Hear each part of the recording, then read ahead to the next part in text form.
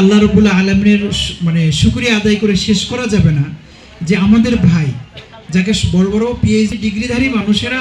রাজশাহীর শাহ মখদুম থানাধীন মধ্য নওদাপাড়া এলাকায় অবস্থিত উম্মুল কুরা মহিলা হিফজ মাদ্রাসার উদ্যোগে ধর্মীয় ভাব গাম্ভীর্যপূর্ণ পরিবেশে হিফজ সংবর্ধনা, পুরস্কার বিতরণী ও ইফতার মাহফিল 2026 অনুষ্ঠিত হয়েছে। শনিবার বাদ-জোহর মাদ্রাসা প্রাঙ্গণে অনুষ্ঠিত অনুষ্ঠানে সভাপতিত্ব করেন মাদ্রাসার পরিচালক মাওলানা ইব্রাহিম খলিল।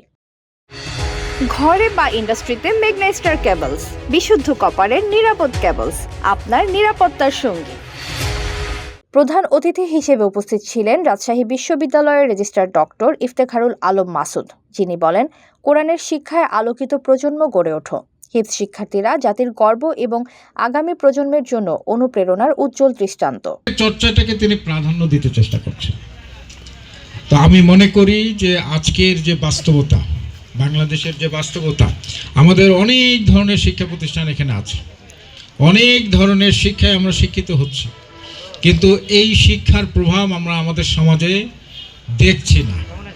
শিক্ষিত মানুষ হলে যে একটা উন্নত সমাজ, একটা কল্যাণকর সমাজ প্রতিষ্ঠা করা যায়, এটা আমরা দেখতে পাচ্ছি না। অথচ এখানে 90% মুসলমান। এর দুইটা কারণ আমার কাছে মনে হয় যে 90% মুসলমানের দেশের এই শিক্ষায় তাদের যে চিন্তা চেতনার যে প্রভাব পড়ার কথা ছিল, সেটা এখানে কোনো পার্থক্য করা হয়নি। পার্থক্য কোনটুকু?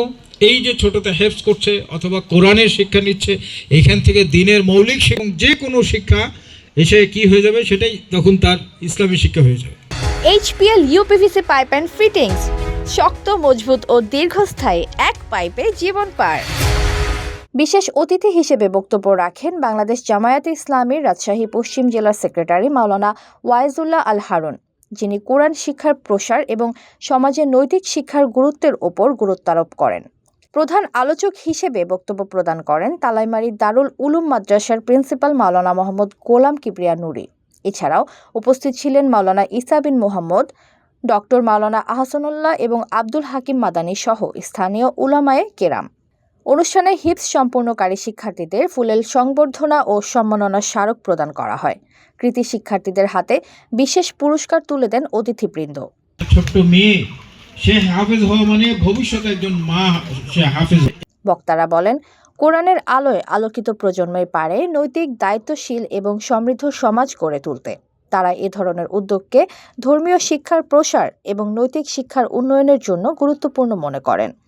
পরিশেষে দেশ, জাতি এবং মুসলিম উম্মার শান্তি, কল্যাণ ও সমৃদ্ধি কামনায় বিশেষ দোয়া অনুষ্ঠিত হয়। ইফতার মাহফিলের মধ্য দিয়ে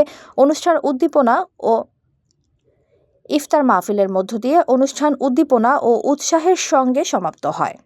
তামান্না ইসলাম তনি, নিউজ 24 বিডি।